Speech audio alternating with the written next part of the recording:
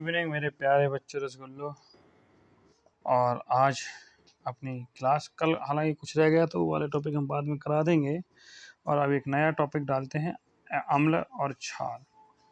अम्ल और क्षार में इसी के बाद भौतिक और रासायनिक परिवर्तन होंगे।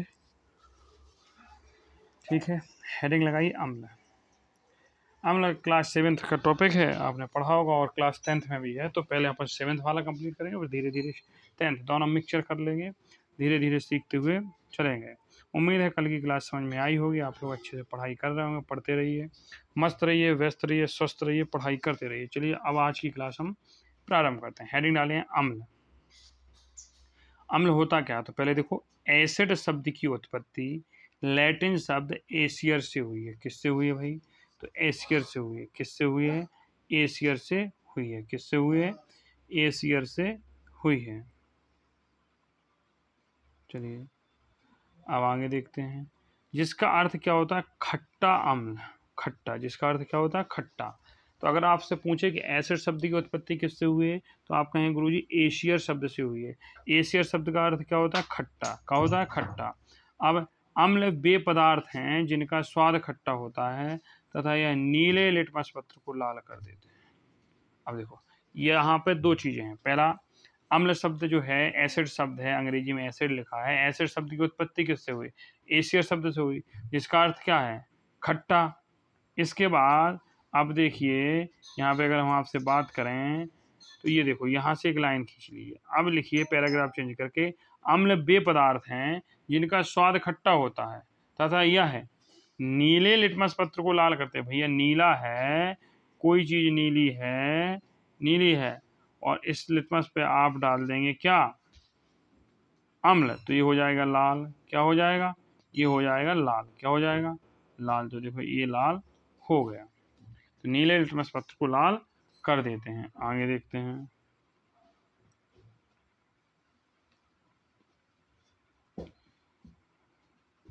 अब अम्ल की भाई ये तो परिभाषा हो गई। अब लेकिन ये तो अपना कक्षा 8 में 7 में पढ़ लोगे। अब थोड़ा बड़े हो गए, अब बड़े हो गए तो दूसरी परिभाषा देखते हैं अम्ल की परिभाषा। आरहेनियस के अनुसार अम्ल वह पदार्थ है। अब ये मत कहना सर अम्ल ऐसे लिखा जाता, भैया लिखा जाता है, आप लिख लो।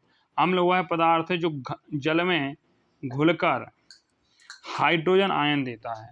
क्या करता है? हाइड्रोजन आयन देता है। तो आरहेनियस थे, एक वैज्ञानिक थे जो बोले कि अम्ल वे पदार्थ होते हैं, अम्ल वह पदार्थ है जो जल में घुलकर हाइड्रोजन आयन। गुरुजी हाइड्रोजन आयन किस बला का नाम है? तो देखो यहाँ घुलकर लिखना। हाइड्रोजन आयन को ऐसे लिखेंगे आप, एच, ये पॉजिटिव ऊपर बनाएंगे, या यहाँ ऐसे लिख के इस तरफ बनाएंगे। कोशिश किया करो ये वाला लिखने का, अधिकतर प्रचलन इसी का रहता है। ठीक है, सही दोनों है। ठीक है, हाइड्रोजन। तो अगर आपसे पूछा जाए आरहेनियस के अनुसार अम्ल क्या होते हैं बच्चा, तो आप कहेंगे आरहेनियस के अनुसार, साइंटिस्ट आरहेनियस हैं, उनके अनुसार अम्ल वह पदार्थ हैं जो जल में घुलकर हाइड्रोजन आयन H+ आयन देते हैं। ठीक है मुझे आगे चलते हैं। अब उदाहरण के लिए क्या है? HCl हो गया, H2SO4 हो गया, HNO3 हो गया। ठीक है, ये हाइड्रोक्लोरिक अम्ल है, ये सल्फ्यूरिक अम्ल है, ये नाइट्रिक अम्ल है, ये एसिटिक अम्ल आदि। चलिए आगे दूसरी परिभाषा लिखते हैं ब्रोंस्टेड लॉरी के अनुसार। देखो ये शब्द याद रखना भाई, कन्फ्यूज सर क्या आरहेनियस, क्या ब्रोंस्टेड लॉरी, भैया याद रखना। ये हाई स्कूल में दोनों हैं NCERT, और जो आपकी NCERT पढ़ाई जा रही है 6 से 10 तक की है। आप कहोगे हम काहे पढ़ें? अगर आप पढ़ लोगे तो बहुत फायदा मिलेगा। अम्ल वह अणु अथवा आयन है जो प्रोटॉन देने की क्षमता रखता है।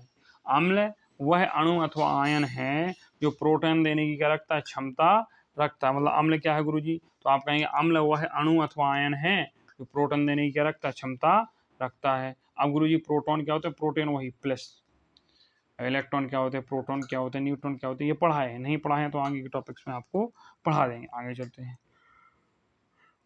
कुछ प्राकृतिक अम्ल और उनके स्रोत। प्राकृतिक, नेचुरली जो हमारे मतलब नेचर में पाए जाते हैं, कुछ बनाए भी जाते हैं नेचर में। अम्ल का नाम और किस में पाया जाता है ये देखते हैं। चलिए गुरुजी, एसिटिक अम्ल सुना है? हाँ सुना है। ये सिरके में पाया जाता है, ये प्राकृतिक रूप से भैया सिरका बनाया जाता है। अब सिरका प्राकृतिक रूप से वैगनार कैसे बनता है ये आप लोग खुद से पता करेंगे। ठीक है, दूसरा है फॉर्मिक अम्ल। क्या है? भैया ये लगा देना, फॉर्मिक अम्ल। तो फॉर्मिक अम्ल जो होता है वो कहाँ पाया जाता है प्राकृतिक रूप से? चींटी का डंक और बर्रे के डंक में। बर्रा वो पीले कलर की होती तथा ये जो हमको काटी थी आँख सूज गई थी, और चींटे का डंक, इन दोनों में क्या होता है फॉर्मिक अम्ल पाया जाता है। भैया बहनिया का काम हो रहा है, वही आवाज़ आ रही होगी। साइट्रिक अम्ल कहाँ होता है? नींबू कुल के सिट्रस में। किसमें? नींबू कुल के सिट्रस में, जैसे कि फल, जैसे संतरा हो गया, नींबू आदि में। तो साइट्रिक अम्ल जो है वो नींबू कुल के क्या है में, सिट्रस में, फल में पाया जाता है, जैसे संतरा है, नींबू आदि है। लैक्टिक अम्ल क्या है? ये दही में है। लैक्टिक अम्ल कहाँ में पाया जाता है? दही में पाया जाता है। और दूध से दही बनाने की प्रक्रिया को क्या कहते हैं? लैक्टोबैसिलस। जो दूध से दही बनाने की प्रक्रिया होती है वो क्या कहलाती है? लैक्टोबैसिलस कहलाती है। क्या कहलाती है? लैक्टोबैसिलस कहलाती है। ऑक्जेलिक अम्ल क्या होता है? आप कहेंगे गुरुजी ऑक्जेलिक अम्ल पाया जाता है पालक में। अच्छा, पालक में याद करो जब विटामिन और प्रोटीन पढ़ा रहे थे तो पालक में क्या पाया जाता था? लौह तत्व पाए जाते थे, हीमोग्लोबिन। पालक में ऑक्जेलिक अम्ल भी पाया जाता है, पालक में हीमोग्लोबिन भी होता है। अगर एनीमिया का कोई रोगी है जिसमें खून की कमी हो गई, रक्त अल्पता हो गई, तो उसको पालक खिलाई जाती है, पालक का जूस पिलाया जाता है। और पालक में कौन सा अम्ल होता है? ऑक्जेलिक अम्ल भी होता है। अरे गुरुजी पालक इतनी महत्वपूर्ण भैया है। आगे चलते हैं। अब कह रहा है एस्कॉर्बिक अम्ल। तो ये तो देखो एस्कॉर्बिक अम्ल याद आ रहा होगा सर, ये तो किसी का रासायनिक नाम होता है। यस, विटामिन सी का होता है। आंवले में सबसे ज़्यादा पाया जाता है। याद करो जब विटामिन सी पढ़ाए थे सबसे ज़्यादा आंवले में, फिर नींबू, अमरूद, ऐसी क्रीम याद करो जिनको क्रीम याद है वो कमेंट बॉक्स में लिखिए। और सिट्रिक फलों, जो सिट्रस फल होते हैं उनमें पाया जाता है। टार्टरिक अम्ल क्या होता है? टार्टरिक अम्ल तो इमली, अंगूर, कच्चे आम आदि में। जो टार्टरिक अम्ल होता है वो इमली, अंगूर, कच्चे आम आदि में पाया जाता है। अच्छा, कच्चे आम में एक विटामिन और पाया जाता है, खट्टा तो होता है ठीक है, लेकिन एक विटामिन इसमें पाया जाता है। जो कमेंट करके बताएगा उसका नाम कल क्लास में लेंगे। क्यों? ठीक है, बताइए। ऊपर बताए गए सभी अम्ल प्रकृति में ही पाए जाते हैं। काय में पाए जाते हैं भैया? प्रकृति में पाए जाते हैं। इतनी बात क्लियर हुई कि नहीं हुई? तो अभी तक हमने क्या पढ़ा हमने अम्ल। अम्ल क्या होते हैं? अम्ल जो है, अम्ल को अंग्रेजी में एसिड कहते हैं। और एसिड शब्द की जो उत्पत्ति है वो एसियर से हुई है, लैटिन शब्द के, जिसका अर्थ होता है खट्टा। फिर अम्ल की हमने परिभाषा बताई। अम्ल वे पदार्थ होते हैं जिनका स्वाद खट्टा होता है तथा वह नीले लिटमस पत्र को लाल कर दे, नीले को लाल कर देते हैं। नीला आदमी था, मार मार के अम्ल खरा खा खबा खा खट्टा। प्रैक्टिकल कराए हैं, जितने बच्चों ने प्रैक्टिकल किया कमेंट करेंगे आज सर हमने किया था क्लास में प्रैक्टिकल।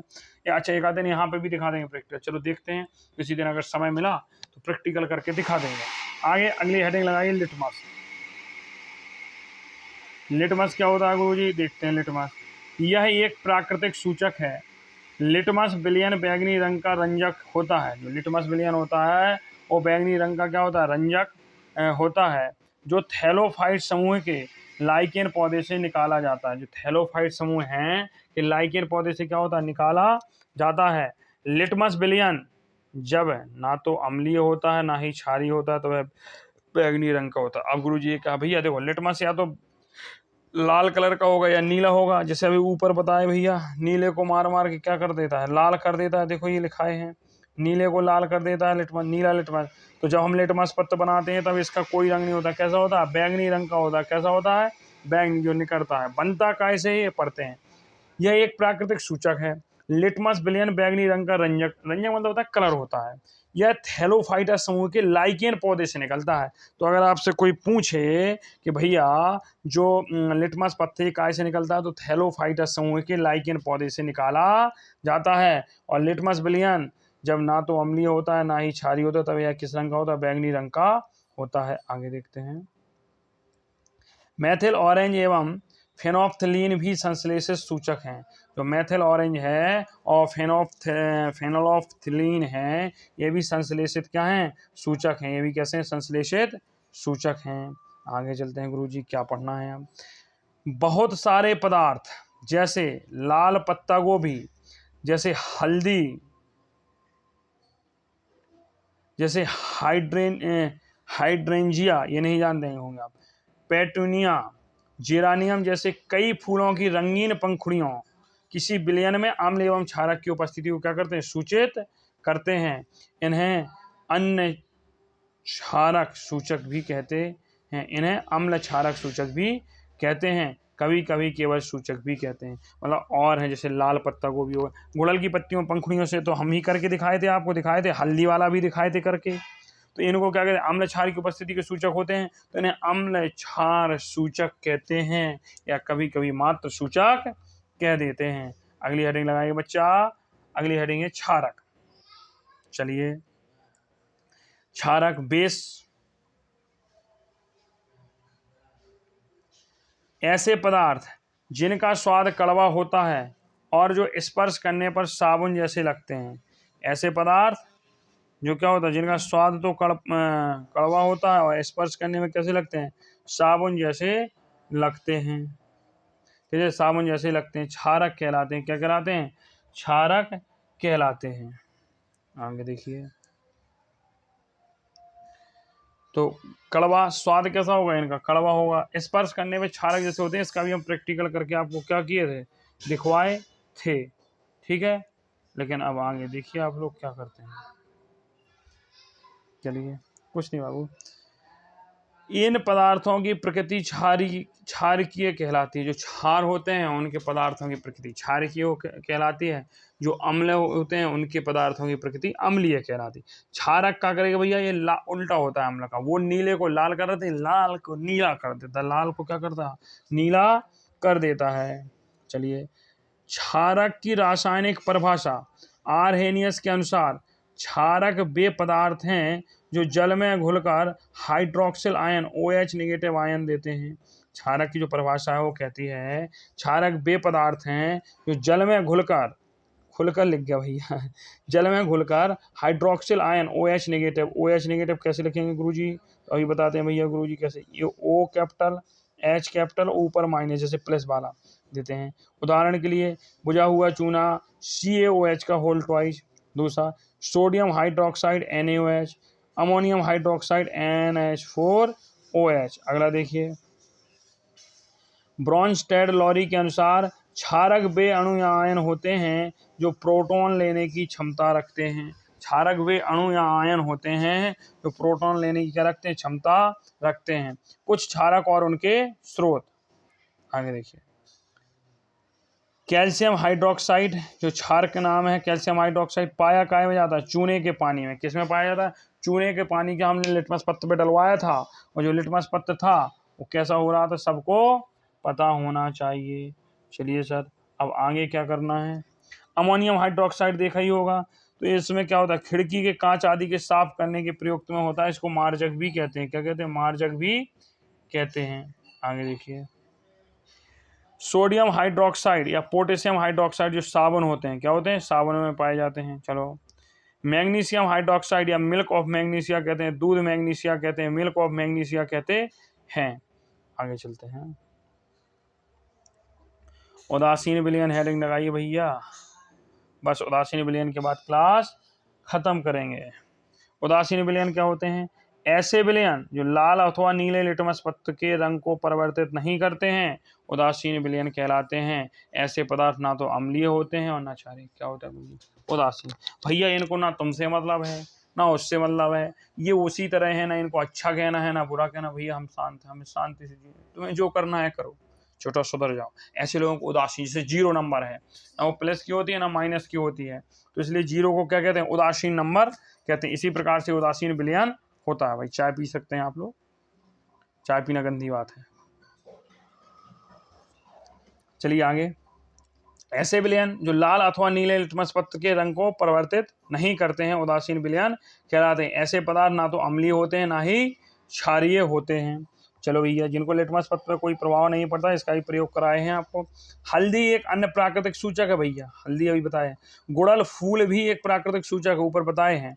गुड़हल के पुष्प का सूचक अम्लीय विलयन को गहरा गुलाबी मैजेंटा कर देता है। याद करो, हमने 3 परख नली रखवाई थी, वीडियो जिसको देखना और पढ़ा है यहीं पे देख सकते हैं। और क्षारीय विलयन को क्या कर देता है, हरा कर देता है। क्या कर देता है, हरा कर देता है।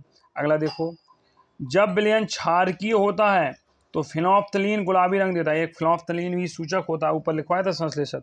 तो अगर विलयन कैसा है, क्षारीय है, क्षार है, तो फिनोप्थलीन गुलाबी रंग देगा। और जब विलयन अम्लीय है तो फिनोप्थलीन रंगहीन होता है। क्या होता है, रंगहीन रहता है। आगे, चलिए उदासीनीकरण, तो उदासीनीकरण अभिक्रिया में नया पदार्थ बनता है जिससे लवण कहते हैं। लवण अम्लीय, क्षारीय तथा उदासीन प्रकृति का हो सकता है। उदासीनीकरण अभिक्रिया में क्या होता है, नया पदार्थ बनता है जिससे लवण कहते हैं, और लवण अम्लीय, क्षारीय, उदासीन प्रकृति का हो सकता है। और अब हम क्लास यहीं समाप्त करते हैं और आपकी क्लास 10-15 मिनट की ही डेली आएंगी। बहुत बहुत धन्यवाद, शुभ रात्रि, बाय बाय, गुड नाइट, और मिलते हैं ग्रुप में क्वेश्चनों के साथ। Thank you so much.